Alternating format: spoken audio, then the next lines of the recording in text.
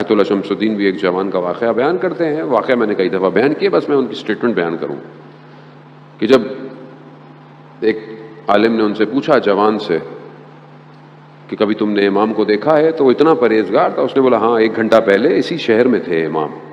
تو اس نے پوچھا کہ کیسے اس مقام پہ پہنچتا ہے آدمی؟ تو انہوں نے ایک فارمولہ دیا، بس کہا کہ اپنے آپ تک پہنچیں.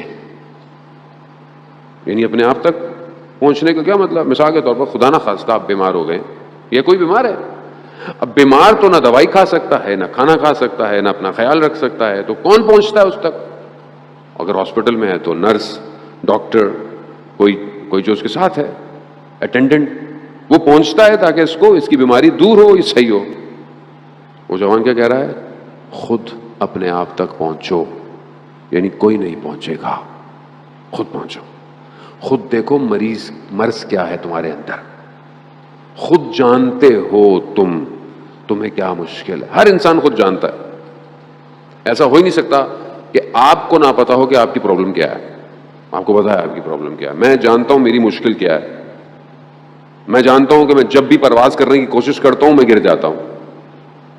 کیوں گر رہا ہوں میں بار بار؟ اس کا مطلب میں ایک ہی جگہ گر رہا ہوں، تو میں کیوں نہیں اس کو صحیح کرتا؟ میرے اختیار میں نہیں ہے، میرے بس میں ہو. آپ کے اختیار میں نہیں ہے تو اللہ نے آپ کو یہ دیے ہوئے نا جو با اختیار ہیں، ان کے دروں پہ آئے، ان کے دروں پہ آئے نا.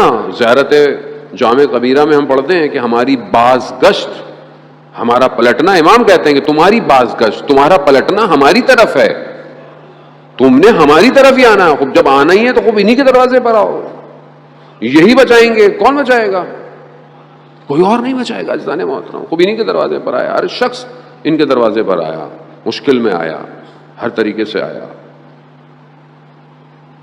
اللہ اغا انصاریان بہت بڑے عالم دین ہیں. کووڈ کی وجہ سے وہ بھی بہرحال اس سال مجالس نہیں پڑھ پا رہے ہیں. اللہ تعالیٰ ان کو شفاء کاملہ عطا فرمائے.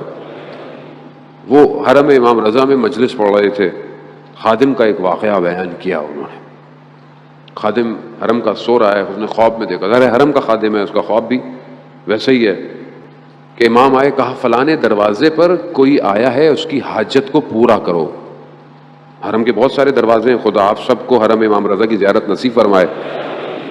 خوب کیا شان و شوکت ہے اس حرم کی، کیا کیفیت ہے اس حرم کے. ہر صحن کے اندر ایک الگ احساس پیدا ہوتا ہے. اتنے سال گزر گئے مجھے کہ انہی کا کرم ہے سب کچھ، جو بات اب تک بنی ہوئی ہے انہی حرم کے اس صحن میں. آج تک مجھے یاد ہے جب میں پہلی دفعہ زیارت پہ بھی گیا تھا، اس کے بعد امام نے ہمیں بلا ہی لیا، پڑھنے ہی آ جاؤ، یہیں کے ہو جاؤ. وہ جو کیفیت ہے میں آج تک اس کو محفوظ کیے ہوئے ہوں، اس صحن میں جو گوہر شاد کا صحن ہے.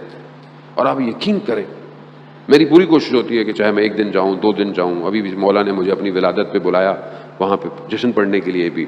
شب میں، سحر میں جب میں وہاں جاتا ہوں، اتنی عنایت ہے، اتنا کرم ہے، اتنا کرم ہے، میں آپ کو الفاظ میں بیان نہیں کر سکتا. امام ایسی وادی میں لے جاتا ہے آپ کو کہ یہ اس حدیث کا مصداق ہے کہ خدا نے ہمارے ذریعے سے اپنے آپ کو پہچنوایا ہے. وہاں جاتے ہی مطلب توحید لبریز ہونا شروع ہو جاتی ہے.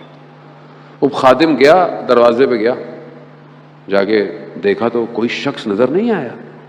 جب دیکھا تو ایک کتا ہے.